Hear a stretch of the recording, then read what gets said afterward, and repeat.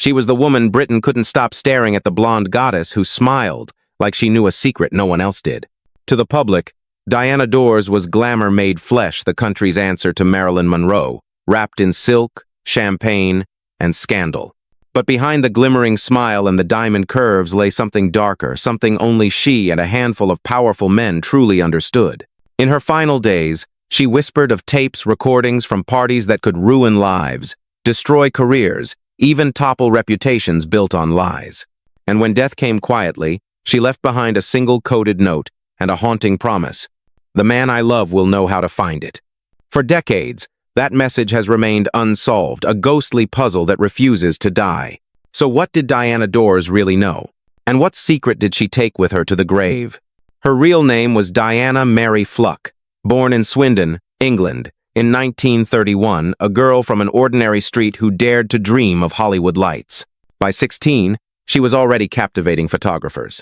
By 20, she was Britain's brightest promise, the blonde bombshell with the knowing eyes and a laugh that could melt marble.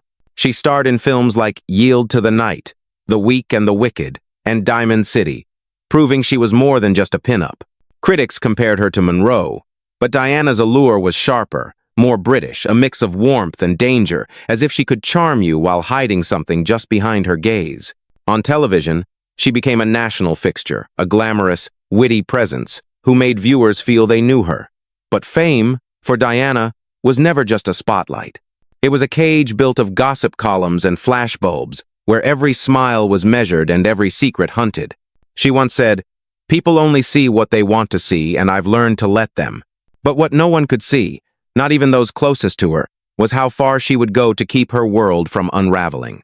Before she was the country's golden girl, Diana was a lonely child growing up in post-war England, her world made of ration books, small dreams, and movie screens that shimmered with impossible glamour. Her father worked on the railways, her mother kept the home, and every night Diana imagined herself in the places those silver women belonged, not Swindon, but somewhere the lights never went out.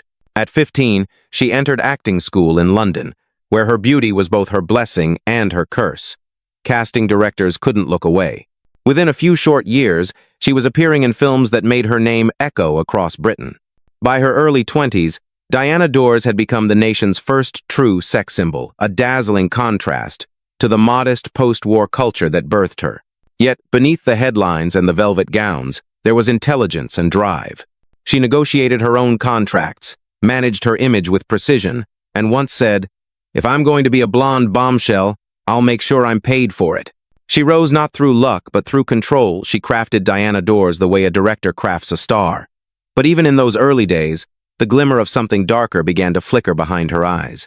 With fame came everything Diana had ever wanted, and everything she was never prepared to lose. By the mid-1950 seconds, her face was on magazine covers across Britain and America. The press followed her everywhere. The cars she drove, the men she married, the clothes she wore. What had once been admiration soon turned into intrusion. Her marriage to Dennis Hamilton, a hustler who saw her fame as his ticket to power, turned her world into a stage of manipulation and control. He hosted lavish parties at their mansion nights filled with champagne, laughter, and whispers that something else was happening behind closed doors. Politicians, film producers, even royals, everyone wanted to be near Diana, and Dennis made sure of it. But Diana wasn't just the hostess. She was the showpiece, the golden key to a world run by ego and secrets. When their relationship began to crumble, so did her public image. The media painted her as reckless, provocative, a woman who invited chaos. The truth was quieter. She was exhausted, cornered by a fame that demanded her to be everything at once. She began to speak less in interviews, her laughter sounding rehearsed. Behind every smile, a small shadow grew, a sense that she was living in a story written by someone else. By the late 1960 seconds, the lights that once adored Diana began to dim. The new decade demanded different faces, and the film industry had little room for the stars it once worshipped. She was no longer the blonde bombshell. She was a woman searching for a place in a world that had moved on without her. Her second marriage, to actor Richard Dawson, ended in distance and disappointment. The tabloids, once obsessed with her every move, now fed on her decline. Behind the headlines, Diana battled loneliness and the quiet fear that she had been replaced not just by younger actresses, but by time itself. Then came Alan Lake, her third husband, a man who loved her fiercely but burned with the same instability she carried. Together, they were a storm: passion, fights, reconciliations, and a love that felt as destructive as it was real. It was with Alan that Diana began speaking of her Black Book, a mysterious collection of tapes and notes, allegedly documenting powerful men who had attended her husband's infamous parties. Those who knew her claimed she was haunted not by ghosts, but by what she knew. The laughter that once filled her home had turned into silence. The parties were over. The reels of film had stopped. And Diana Dors, once Britain's brightest star, now stood alone in the half-light of her own legend. In the early 1980 seconds, Diana Dors appeared on television once more, softer, wiser. Her beauty matured into something more fragile. Viewers saw the same sparkling eyes, but there was a weariness in her smile, as if she carried too many unspoken truths. Behind closed doors, her health was faltering, and so was the life she had spent decades trying to control.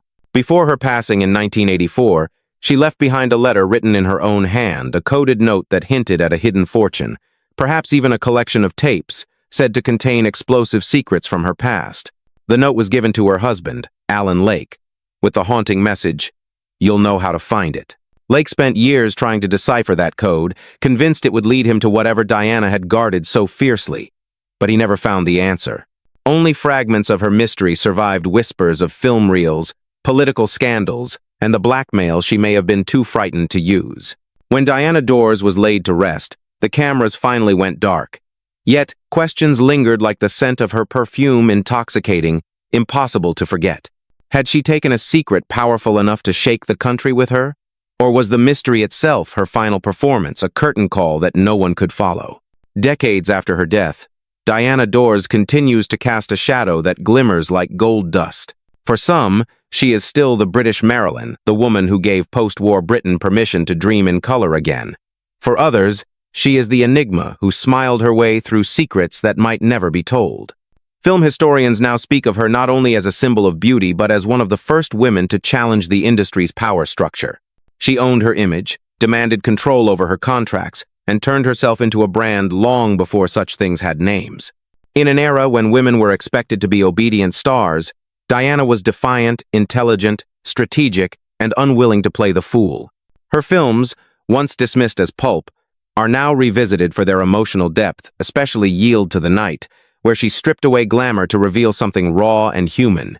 Younger generations discover her through those scenes, recognizing in her eyes the same tension that defined her life: performance and truth, fame and shadow. And as for the code, the tapes, the mystery, they've become part of her legend, an echo that keeps her story alive. Diana Dors may have left this world, but the enigma she built still flickers like an unending reel, waiting for someone to finally press play.